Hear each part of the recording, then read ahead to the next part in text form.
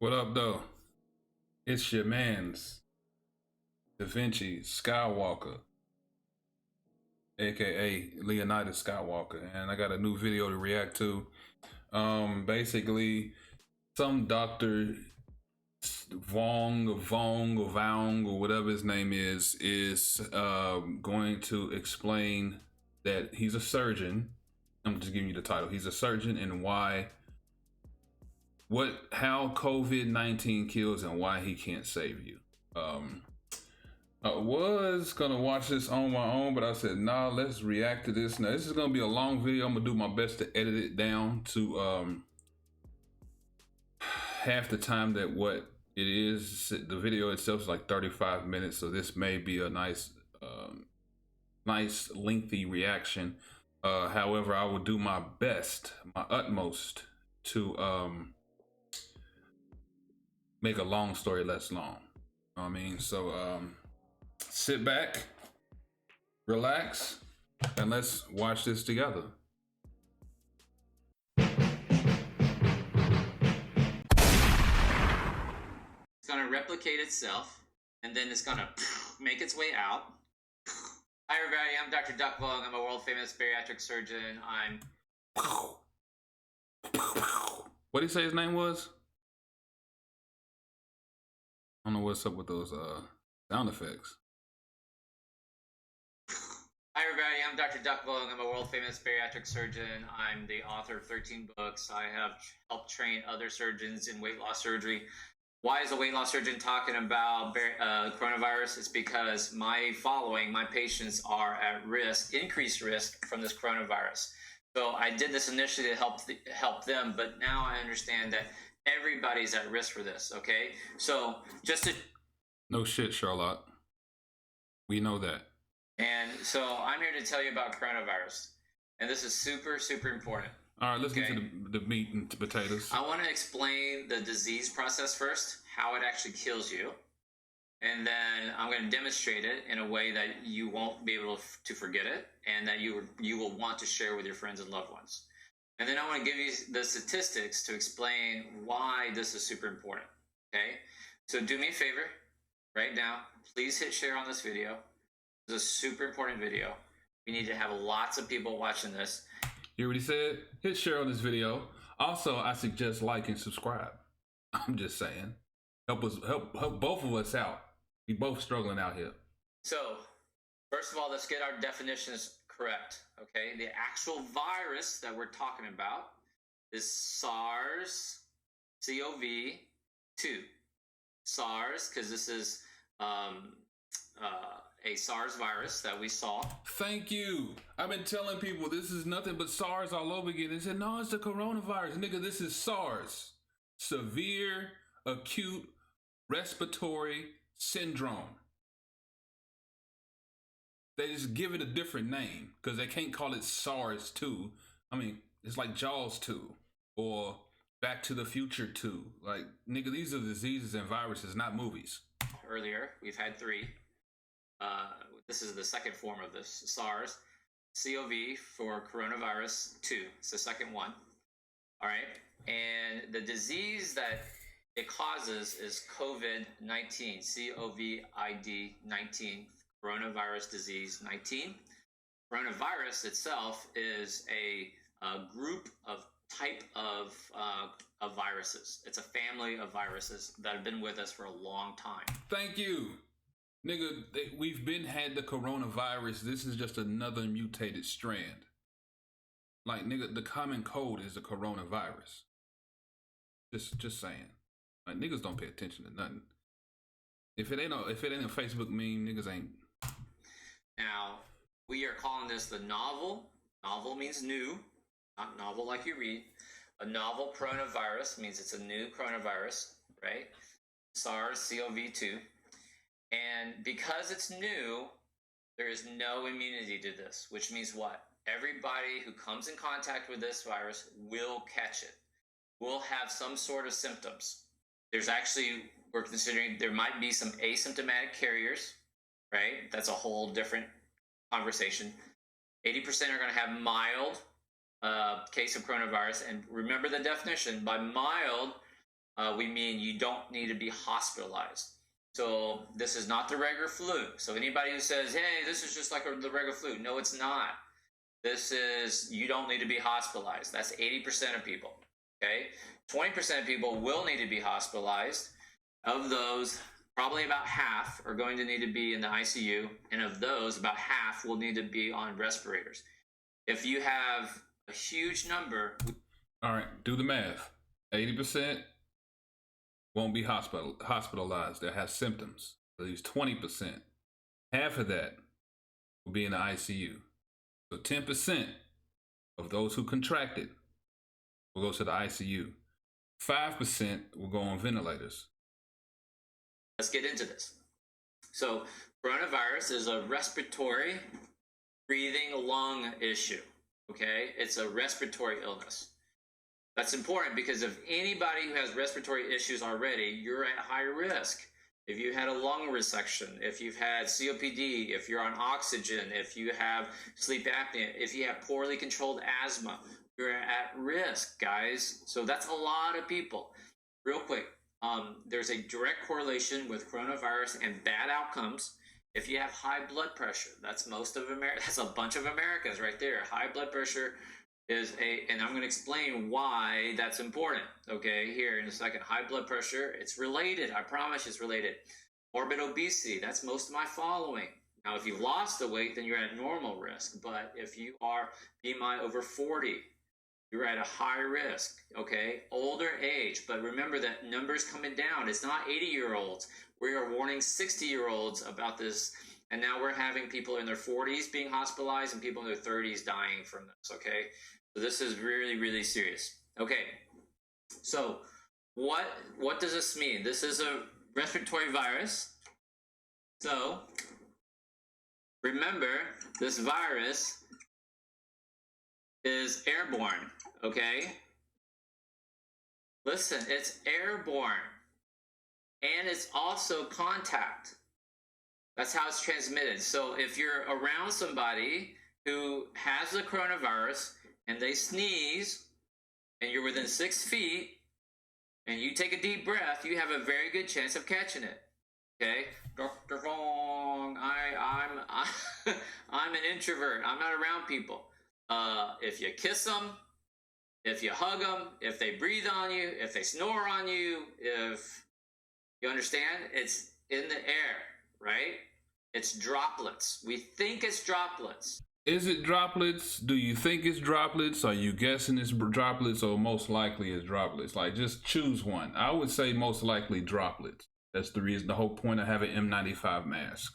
As opposed to being aerosolized, where it can live outside without being in droplets. This is important because if it's aerosolized, if it's able to survive without being in droplets, then our masks don't do shit, okay?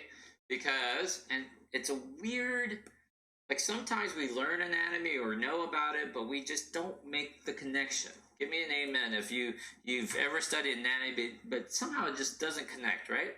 So our mucous membranes, our trachea, our nasal passages, our sinuses all come together in our mouths, goes down our throats, our scrawny chicken neck throats here, and then there's 2 tubes. One is our esophagus, where our food goes, and one's our trachea, which is where our lungs and our air passes. And that's where you, so people get confused by this. When you burp from your esophagus, your stomach. When you cough from your lungs, your trachea. So this is a respiratory illness. So the virus will make its way into your nose, throat, and then will go into your airways. This is your lungs, okay? All right? So we're talking about your lungs. Now, I want to do a real quick demonstration. So imagine, Dr. Vaughn, what are your lungs? Right here, guys. Okay, put these here, and actually your lungs actually go up to your clavicles, believe it or not, if you want to be accurately. These aren't quite big enough. But your lungs are huge. So the top of your lungs go up right above your clavicle, your shoulder bone right here. They do. Trust me, they do. And they go way take a deep breath. Everyone take a deep breath for me. When you do that, your diaphragm pushes down, and your lungs, if you go in your... I might have to jump for this. If y'all can see, way down here, you can feel your ribs. You can feel the bottom of your ribs is right above your belt line, guys. Your lungs go way down here, way down there. Past, like almost to your waistline. Those are your ribs. So those are your lungs. Your lungs are huge. So these are small examples. I would really need a bunch. All through here, all down through here. You guys get the idea, right? So now you have these two lungs, right? Now watch. Your lungs have little air pockets in them. They're called alveoli. You see right there? And like these little sponges here, there are little air pockets in here, all right? That's what I'm trying to show you here. That's what I'm demonstrating, these little air pockets, okay? And that's how you do the gas exchange, okay? Now, to keep this real simple, there are two types of cells in your lungs. Type 1 pneumocyte is what does the exchange of gases. So what do your lungs do, right? Take a deep breath. What comes in? Oxygen. Exhale, what comes out? Carbon dioxide, CO2. Well, the exchange between the oxygen and the CO2 is in type 1 pneumocytes. Type 1 lung cells, okay? Now, obviously, let me ask you this question. How long can you hold your breath for? Maybe 1 minute. Deep sea divers can maybe do 5, 6, 7, 8 minutes. The world record is something like 15 minutes or something like that. But for the most part, most of us, you're talking about holding your breath for about a minute, minute and a half, right? So imagine if your head is underwater. I always tell my patients this story. It's kind of like if your pimp is holding your head in the toilet. Why would you tell patients that? If your pimp is holding your head in the toilet, how long could you hold your breath for? Right? Not very long. A minute and a half. First of all, why do you have a pimp? Thank you. You kind of messed up your life. Two, if you have a pimp, that's God bless you. Sometimes you have to have a pimp in life. That's fine. I'm not judging, But why he say sometimes you gotta have a pimp in your life? Like where is this nigga from? Why are you pissed off your pimp? I mean, your life is pretty screwed up. So if your pimp is holding your head in the toilet, how long can you live for? Answer, not very long. Maybe a minute, minute and a half, 2 minutes, right? Without air. So this oxygen, now that, the reason why I'm telling you that is because it's super important. It's super important in terms of what I have to explain on how the virus kills, okay? So this oxygen exchange is super important. Now, there's another type of cell, type 2 pneumocytes, that's responsible for producing something called surfactant. Now, surfactant is, imagine like a little layer of like goo that lines, it's a real thin lining of your alveoli, right? And it keeps the alveoli, helps it to collapse and expand. Collapse and expand. Super important. So, you're around somebody that coughed, or you kissed them and they're infected, or you're out and about. Remember, the coronavirus also lives on surfaces. So how long is debatable? Stainless steel might be 2 or 3 days. Plastics, wood, it's different. It's anywhere from a few hours to a couple of days, possibly. We're not sure. So there's contact. That's shopping cart. That's the rail. That's the whole, you're in the subway, you're holding. You've touched something that someone has touched that's infected. Now, then it has to go from your hand. Then you have to touch your face. You wipe your shirt, wash your jeans, you hand wash, you kill that little fucker, bacteria, that virus, you kill it, you wash it, and it's gone. Kill that little fucker. Now you touch your face all you want. But maybe you just, because we randomly just kind of do stuff like this all the time. But coronavirus now has... Let me tell you, you never know how much you actually touch your face until you in an environment where you have to be vigilant about touching your face. I work in healthcare, and I was at work not too long ago, and I wanted to scratch my nose, and I got this close. And I said, "Oh shit, I ain't washed my hands." And that's when I realized, like, you touch your face so many times a day that you don't even notice it. I'm glad that I don't wear glasses anymore, because literally every 10 seconds I was, even after I stopped wearing glasses for at least a week and probably 2 weeks, I would randomly, without glasses, do this. Your lungs. Now, what does it do? It targets your type 2 pneumocytes. And your type 2 pneumocytes has this receptor called the angiotensin converting enzyme. This is the receptor. Now, why is this important? Because hypertension. Have you ever heard of an ACE inhibitor? ACE inhibitor. It helps regulate blood pressure medicine. Now you understand why people with high blood pressure are at risk, because this coronavirus targets this ACE protein, okay? And then it makes its way into this little, guy, makes its way into your type 2 pneumocyte. Technical on this, but basically it's going to make a bunch, all right, a bunch of little progeny. It's going to replicate itself, and then what happens? This cell will then die. Now this is one little tiny cell of millions of cells, right? So it's this one little cell dies.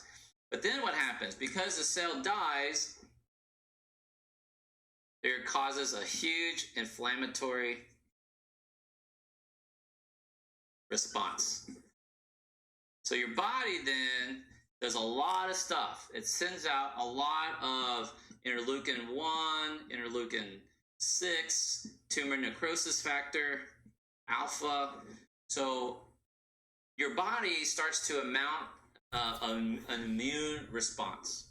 And your immune response, when it starts to rapidly get out of control, it's actually how you die. It's your own body trying to save you, ends up really just killing you, okay? So... Damn. So... there is a virus to where when your body tries to defend itself, it still kills you. That's wild. This dies. So the cell dies, and then when the cell dies, there's a huge immune response, and then the alveoli in here. So here we have an alveoli. That's these little air pockets you see in your lungs, okay? These microscopic air pockets here, all right? Your alveoli then brings in fluid, okay? Then fluid goes into your alveoli. Fluid goes into your alveoli, and it starts filling up with fluid. And what is that called when your alveoli fills up with fluid? Pneumonia. And that fluid is pneumonia, like pus and debris and these response immune modulators. What's that called? Anyone know? Pneumonia. So that is pneumonia. I'm not stupid. It's called pneumonia. And usually this is going to start lower areas of pneumonia. Why? Well, it's gravity dependent. It's going to make its way down low because it's gravity dependent. You're going to see this sort of stuff usually down low. Okay? It's a consolidation is what we call it. This is where it gets serious, guys. So please do me a favor. Please hit share. This is going to be super important. I'm going to do this demonstration real quick. All right? How this really kills you. Freeze. My bad, y'all. I had to go just make me feel a little unsafe. All this talk. I had to go wash my hands again and gargle some Pine Sol and wipe my face in some Lysol disinfectant wipes and shit. You know what I'm saying? I'm just Okay, now watch me now. So your alveoli, your lungs are filling up with fluid. So I have your lungs here, right? Lungs. Your lung, like deep breath, expands, gets smaller. Inhale, exhale, inhale, exhale. It gets oxygen exchange. It's doing what it's supposed to do. Does that make sense? Now, I have for you right here this bowl of water. It has red food coloring, but it's water. Now watch. Exhale, inhale. And suddenly, this coronavirus is going to come in, cause this massive inflammatory response. Watch this. And now your lung gets full. Oh, hell. Look at that. It's full of liquid. At first, you can still work. All right? It's still working. But watch this. As this progresses,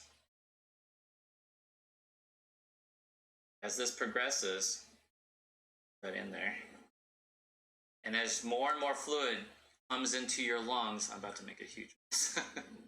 As more and more fluid comes into your lung and you try to take a deep breath, look, it stiffens.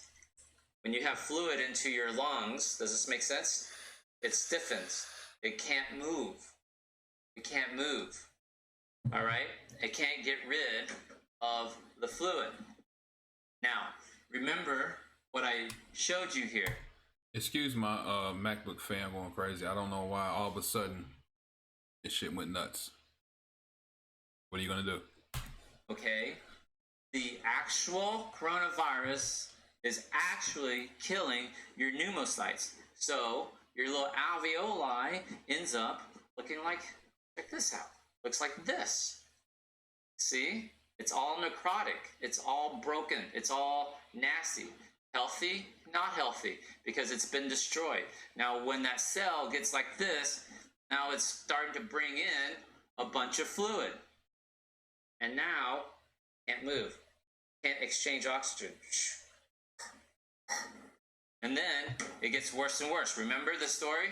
The pimp holding your breath underwater? Now, you got huge masses of pneumonia consolidation. That leads to something we call ARDS, acute respiratory distress syndrome.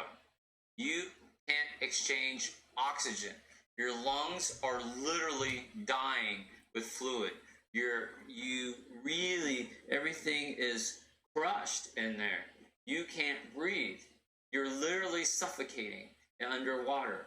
If you've ever had like a breathing attack where you can't, I can't catch my breath. I can't catch my breath. That's what happens with this coronavirus. That's how it kills you. A lot of people sit there and wonder, Dr. Vong, all right, so this is 80% of people, right? 80% are going to have like flu-like symptoms, bad flu. And then 3% of people, I know this is morbid, 3% will die. Okay. And don't get it twisted. 3% is a huge number when you're looking at 7.5 billion people on the planet.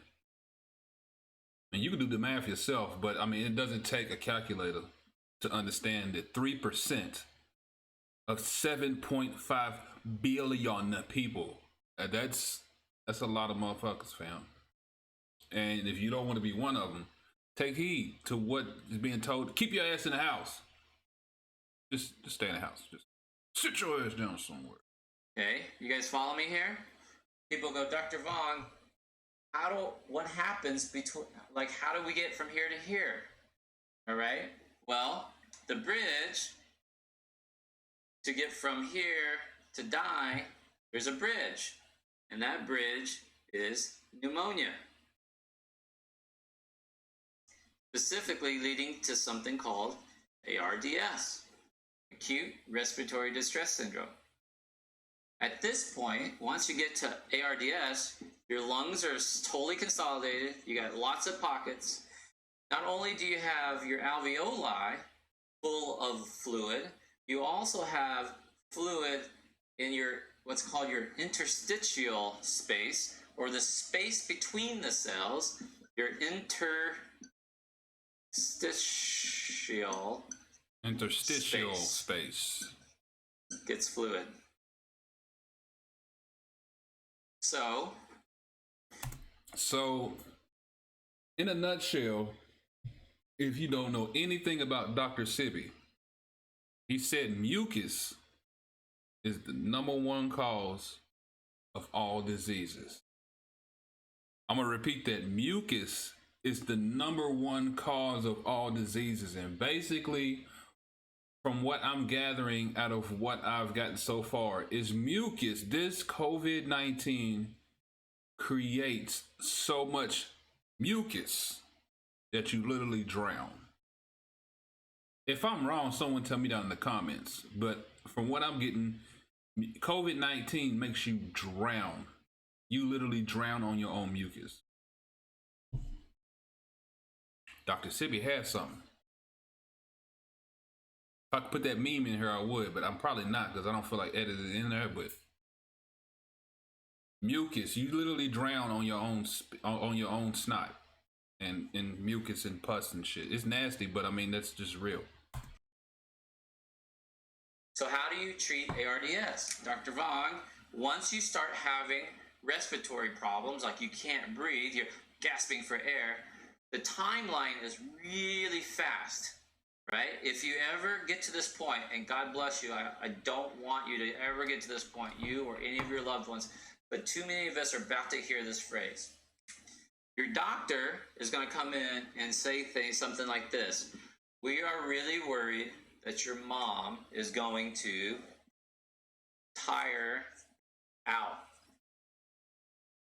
If you hear that, the next thing that's going to come is we need to put a breathing tube in your mom. Listen to this. It's very important. He's pretty much telling you how this shit works. So if you were to catch it or someone you love catches it, someone you know catches it, you know what's going on. Like, this is the shit the news ain't telling you. They just fear-mongering. He's giving actual information that you can actually utilize and use. So God forbid, inshallah, nobody I know gets this, but if somebody was that I know that was close, I would know to look out for these things. And to help those around the person who has contracted this disease better understand and better cope with what's going on. You need to breathe for her. You need to put her on a ventilator. We need to put her on a respirator because we are worried she's going to tire out. So you're gasping for air and your muscles will tire out. Your lungs are filling up with fluid, this interstitial fluid as well as the alveolar fluid, creating this consolidation. I can't get enough oxygen. I can't get enough oxygen. And that's how we die. And so the treatment is to put you on a ventilator. We are worried mom is going to tire out. So we put her on a ventilator. We're going to breathe for her. And the numbers are changing, but we think about 50% of the time, half the time you be put on a ventilator, you don't make it. The cascading event is just too big. It turns from a lung problem to then what's called sepsis. You have other organ failures. So what happens when you can't have enough oxygen? What happens when your heart doesn't get enough oxygen? Well, you're going to go into cardiac arrest. What happens when your liver doesn't get enough oxygen or blood flow? Well, you're going to have, inflammatory markers in your liver. You're going to go into liver failure. More importantly, your kidneys. What happens if your kidneys don't get enough blood flow? You're going to go into kidney failure. And we just don't have that many dialysis machines. We don't have enough ventilators to handle this small amount of people who are going to need it. Trust me, okay? So let me tell you real quick about the numbers, because the numbers, are we done? Okay. The numbers are super important, right, guys? Today's March 23rd. March 23rd. We are way ahead of schedule. This is not good. This is not good. A week ago, I predicted by this date, we would be probably around like 20,000 cases in America alone. We are over 32,000 cases now. We are 345,000 cases worldwide, 15,000 deaths, guys. And you have to think about this, because a month ago, none of y'all even heard of coronavirus. A month ago, Italy was walking around all happy and easygoing. Now they have 50,000 cases. They have 1,500 deaths. I'm sorry, they have 5,000 deaths. They have a 10% death rate. So they're overwhelmed, right? God bless our first responders, our doctors, our nurses, our techs, our phlebotomists, our nursing assistants. God bless them, right? Because they are starting to suffer burnout. We're getting reports from the Italian doctors now. They are really burnt out. They're all working 100, 110-hour weeks. They are stressed out. They're running out of personal protection equipment. They're worried about passing this on to their own family. We have colleagues, we have doctors and intensivists and nurses who have died now not gotten sick, fucker. Like, quit being a smartass. They have died trying to help your family member, and you won't take this seriously. You still think this is a political thing. Y'all hear him? You, nigga. You know who I'm talking to. You still think this is media hype, and they fucking died trying to help your family member. Okay? So, the timeline for this, we are just getting started on this, guys. We will not hit the peak until mid-May, May 15th, 16th. And let's make up a number. In the United States alone, we have already passed 8,000 cases in one day, guys. In one day. Imagine if you just keep doubling that number every 3 days, and we're going to be like crazy high. But I'll do the math for you, because some people are skeptical, and I'll just make it up. Let's say 100,000 cases in mid-May is the peak. Now, here's the thing about a peak. You don't fucking know it's the peak until you start heading downhill. Just like you never knew that was the best you were going to look until you started getting ugly. You didn't know that was the lowest you were ever going to weigh until you started gaining the weight. Like, you don't know what the peak is, right? You understand? He said you didn't know that was the best you're going to look until you start getting ugly. Woo-wee. I know a lot of people feeling that now. 20 years ago, they was the shit. Now, life comes at you fast. So does coronavirus. So let's say we hit the peak mid-May. That's the projection, mid-May, and let's say it's 100,000 cases. We will be lucky if it's less than 100,000 cases. If it's 100,000 cases or less. I mean, we will be seriously lucky. But let's say it is. Well, that's May 15th. But that means May 16th, you still have 90,000 new cases, in addition to the previous 100,000 from yesterday. And then May 17th is 80,000 new cases on top. Listen, we are going to be in this for a long time, right? So you have to be prepared. Like, please hit share. This is super important. Fam, I've been telling people, this is way more serious than what the news is telling us, dude. The news is inciting fear while at the same time inciting a false sense of security for a lot of us. If you don't believe that the media is the fourth branch of the government by now, I don't know what you're thinking. And yes, I know what the three branches of government are: legislative, judicial, and executive. Don't come at me with that bullshit. I paid attention in social studies. There. It's going to be 12 months to 18 months before we get a vaccination. Too many people are going to die. You cannot count on vaccinations.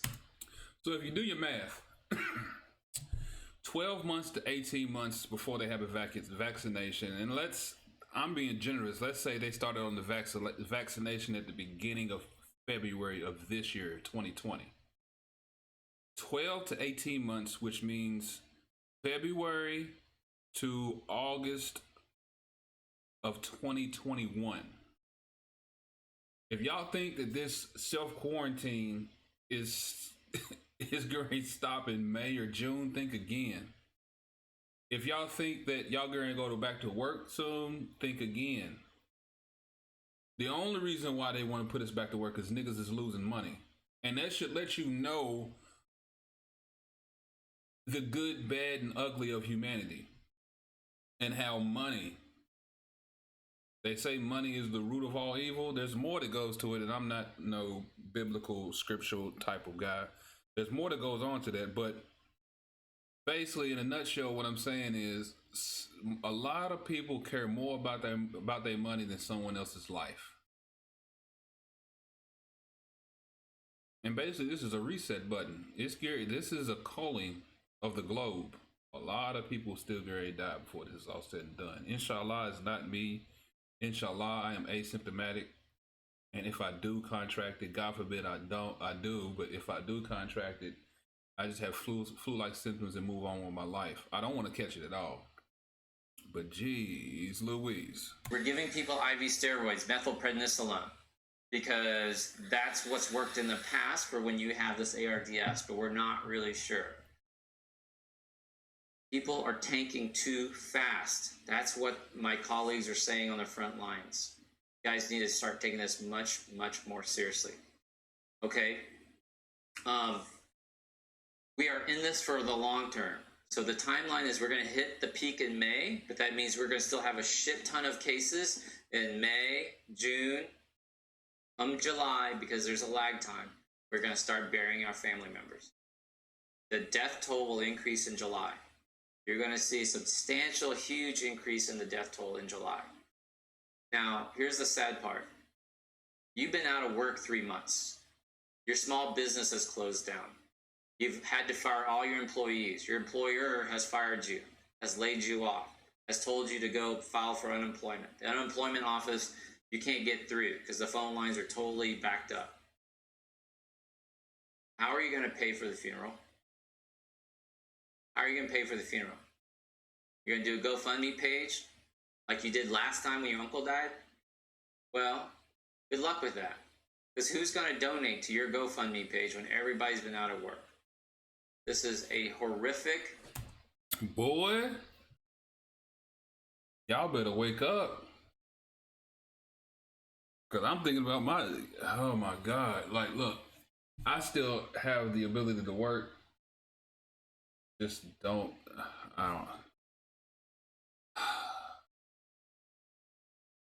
Y'all better thank the people who work in healthcare and are risking their lives to try to figure this out and cure people. And those who are in healthcare, when this is over, don't think that people are going to be lining up in a parade and thanking you so much that you risk your life. You will experience the life of hundreds upon thousands of soldiers across history who go to war and come back home and get treated like they didn't do nothing special. I said it here first, April 1st, 2020. We will hit 1 million cases in the United States. I promise you. Because these numbers are terrifying. We are already at 32,000 cases on March 23rd. By April Fools, it's going to be terrible. By early April, April 4th, 5th, we'll have so many cases. It's just ridiculous. Please take this much more seriously. Please hit.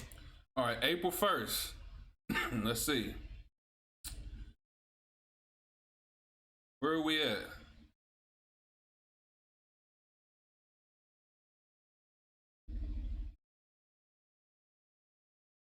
He said, I don't forget what he said, but rewind the video. We have total cases 163,539 cases with 2,860 deaths. We're almost at 250,000. Share. Please tag somebody. I think he said May 23rd. Oh no, March 23rd is when he posted his video. We was at 30-something thousand. I think that's what he said. 30-something thousand cases. So in 7 days, it's went up 130-something thousand cases. Y'all keep playing with this shit if you want to. See this, right? I'm going to edit down this video. I'm going to show you how this works and how you basically die suffocating from coronavirus. Basically what I just said. You literally just drown in your own. You drown in your own mucus. We're gonna go ahead and stop the reaction video here. You only got about 2 minutes left. He's winding down anyway. I don't see him saying anything of any substance from that point on.